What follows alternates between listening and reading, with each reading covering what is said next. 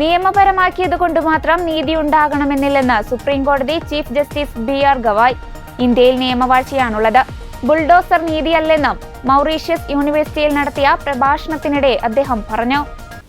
ഒരു കാര്യം നിയമവിധേയമാക്കിയതുകൊണ്ട് മാത്രം നീതി കിട്ടില്ലെന്ന് പറയാനാകില്ലെന്നതിന് ചരിത്രത്തിൽ ഒട്ടേറെ ഉദാഹരണങ്ങളുണ്ട്.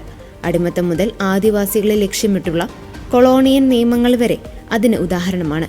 നിയമവാഴ്ചയെന്നത് ഒരു കൂട്ടം നിയമങ്ങൾ മാത്രമല്ല, തുല്യതയും അന്തസ്സും ഉയർത്തിപ്പിടിക്കാനും വ്യത്യസ്തവും സങ്കീർണവുമായ സമൂഹത്തിൽ ഭരണത്തിന് മാർഗനിർദ്ദേശമേകാനുമുള്ള ധാർമ്മികമായ ചട്ടക്കൂടാണിതെന്നും ചീഫ് ജസ്റ്റിസ് പറഞ്ഞു.